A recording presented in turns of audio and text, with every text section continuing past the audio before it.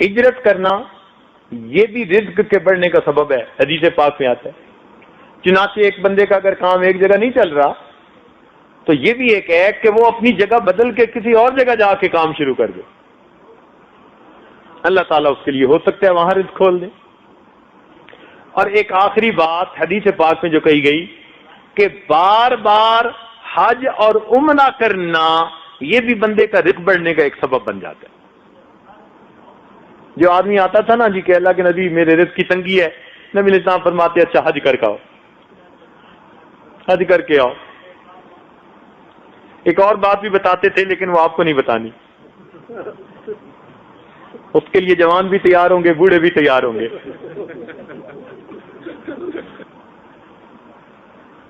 تو اگر یہ چند اعمال اپنائے جائیں تو ان اعمال سے انسان کے رزق کے اندر برکت آ جاتی ہے۔ کچھ لوگوں کو اللہ تعالیٰ دیتا ہے تو وہ کثرت سے حج اور عمرہ کرتے ہیں، یہ اچھی عادت ہے۔ بعض لوگ کہتے ہیں جی کہ کیوں ہر سال حج کرتے ہیں، کسی کو کروا دیں، کسی پہ خرچ کر دیں۔ تو بھائی دیکھو،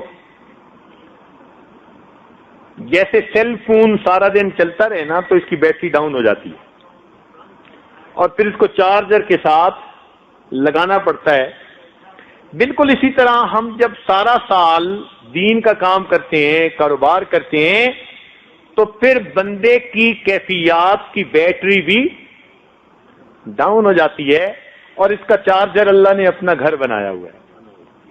اس لیے جن لوگوں کو اللہ دے، اگر وہ ہر سال اس نیت سے حج یا عمرہ کریں، ہم وہاں جائیں گے اور بیٹری چارج کروا کے آئیں گے اور پھر دین کا کام کریں گے، تو ہر سال حج اور عمرہ کرنا ان کے لیے برکتوں کا سبب بن جائے۔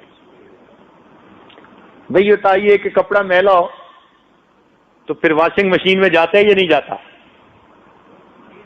واشنگ مشین میں ڈالتے ہیں نا میلے کپڑے کو، ہفتے میں ایک دفعہ میلا ہو تو ایک دفعہ ڈالتے ہیں، روز میلا ہو تو روز ڈال دیتے ہیں، ایسا ہے نا؟ واشنگ مشین میں دھو کے نکال لیتے ہیں۔ اللہ تعالیٰ کی شان، بیت اللہ شریف کے وہاں 7 چکر لگاتے ہیں طواف کے، واشنگ مشین میں بھی تو چکر لگتے ہیں نا۔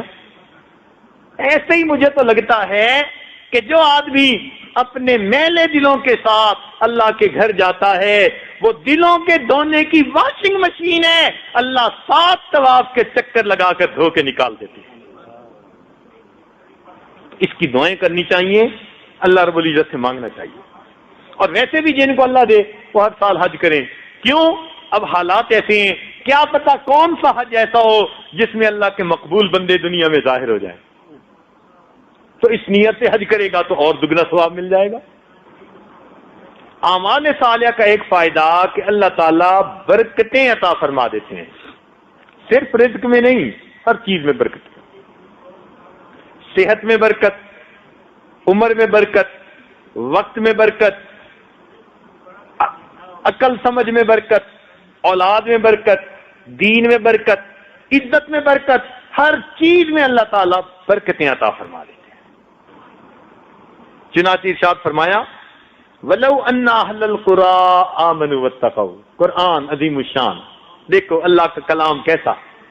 اللہ تعالیٰ فرماتے ہیں اگر یہ بستی دیسوں والے ایمان لاتے، تقوی کو اختیار کرتے، لَفَتَحْنَا عَلَيْهِمْ بَرَكَاتٍ مِّنَ السَّمَاءِ وَالْأَرْضِ، ہم آسمان زمین سے برکتوں کے دروازے ان پر کھول دیتے۔ اللہ تعالیٰ برکتوں کے دروازے پھر کھول دیتے۔ وقت میں برکت ہو جاتی ہے، تھوڑے وقت میں زیادہ کام سمیٹ لیتا ہے۔ آپ نے دیکھا نا کچھ لوگوں کو، وہ کہتے ہیں یار سارا دن بھاگتے رہتے ہیں، کام سمٹتے نہیں ہیں، ہوتے ہوتے کام رہ جاتا ہے، بنتے بنتے کام بگڑ جاتا ہے۔ کیا وجہ ہوتی ہے؟ برکت نہیں ہوتی۔ اور جن کو اللہ تعالیٰ مہربانی کر کے برکت دے دیتا ہے، تھوڑے وقت میں اللہ تعالیٰ ان کے زیادہ کاموں کو سمیٹ دیتا۔ اب دیکھیے ایک بزرگ تھے، وہ کتاب لکھتے تھے، جب فوت ہوئے تو ان کے کتابوں کے جو صفحے تھے ان کی تعداد گنی گئی اور زندگی کے جو دن تھے ان کی تعداد گنی گئی، ہر دن میں 20 صفحے کتاب کے لکھنے ان کے نکلے۔ اب 20 صفحے تو ہم روز پڑھتے نہیں ہیں، 20 صفحے تو ہم پڑھتے نہیں ہیں، اور اگر اس میں سے ان کے پہلے 15 سے 20 سال تعلیم کے نکال دیے جائیں تو یہ 20 کی بجائے بھی 40 بن جائیں گے۔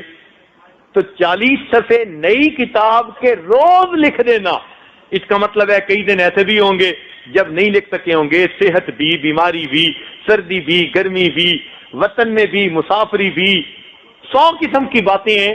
تو اس کا مطلب ہے کہ کبھی اگر نہیں لکھتے ہوں گے تو کسی دن میں 50، 60، 100 بھی لکھتے ہوں گے۔ اللہ تیری شان، ایسا اللہ نے وقت میں برکت عطا فرما دی، تھوڑے وقت میں زیادہ کام کر گئے۔ جیسے نبی علیہ الصلوۃ والسلام کی زندگی میں برکت 10 سال کا تھوڑا سا عرصہ تھا جس میں اللہ رب العزت نے اسلام کو پوری دنیا میں پھیلانے کی توفیق عطا فرما دی۔ لا الہ الا اللہ، لا الہ الا اللہ، لا الہ الا اللہ، لا الہ الا اللہ، لا الہ الا اللہ، لا الہ الا اللہ، لا الہ